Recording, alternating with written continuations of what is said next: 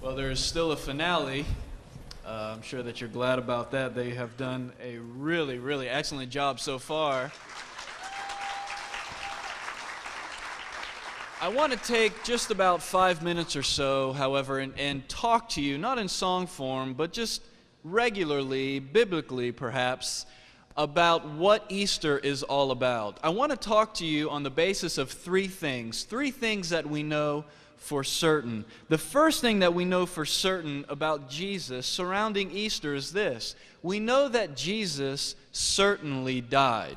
There isn't any argument about whether or not Jesus in fact died. We know that he was scourged, that he was beaten, that he was made to carry his own cross beam at least halfway, until a man named Simon of Cyrene was forced to carry it the rest of the way to his actual place of crucifixion. We know that that is all not only biblical accounts, but we know that Flavius Josephus, a Jewish historian, we know that Pliny the Younger, a Roman historian, and later a man named Eusebius, all historians that add credibility to the biblical narratives. They all say that Jesus was in fact crucified and died.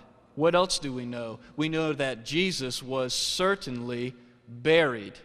Jesus was certainly buried. Jesus, after his death, had his body requested. His body was requested by a man named Joseph of Arimathea. We know a few things about Joseph of Arimathea. One of the things that we know, besides the fact that he came to faith in Jesus, is that he was a member of the Sanhedrin. The Sanhedrin consisted of religious leaders of the day, and it made up basically a ruling body. They were the people that you went to for the law. They knew everything. They made the judgments concerning Jewish issues and so on and so forth. He was a member of that Sanhedrin. That says something. He had to request the body for burial. And notice, if you would please, that Jesus' body was not requested by his disciples.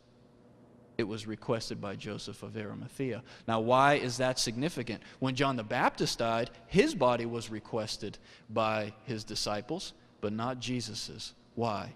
Because Jesus was crucified, and then his disciples were sought after.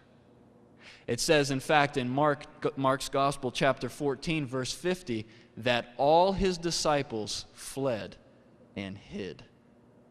They fled and hid because they were in danger of dying themselves as followers of Jesus. And so we know that Jesus certainly died, and we know that Jesus was certainly buried. That isn't the argument.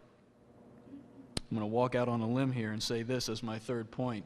Jesus was certainly resurrected. Oh man, that's a leap of faith there, Joe.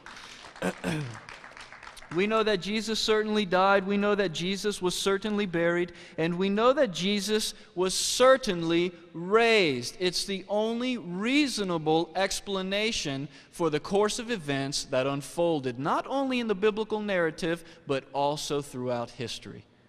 There have been many arguments that have been posed surrounding the resurrection of Jesus Christ to try to explain it away. One of them is called the swoon theory. Jesus didn't actually die, he just passed out. He swooned. And when he came to, he climbed out of linen cloths covered in spices that, once they solidify, weigh over 110 pounds. He was able to climb out of that, even though his back was naked, muscle and bone and tissue exposed from his scourging. And even though he just had been taken off of a cross, he was able to muster up enough strength to climb out, push a huge stone away, and sneak by Roman guards who were trained to guard 6 square feet with their life. That's stupid. That's just dumb. That's not even reasonable. That's not even reasonable. Jesus was certainly raised. It's the only thing that makes sense surrounding all of the evidence. Now you say, Joe, what does the resurrection offer me? Even if it is true, what does it tell me? I want to read to you a verse from Revelation. It says this. Jesus says in Revelation chapter 1, verse 18, "Do not be afraid. I am the first and the last. I am the living one. I died, and behold, I am alive forevermore, and I have the keys to death.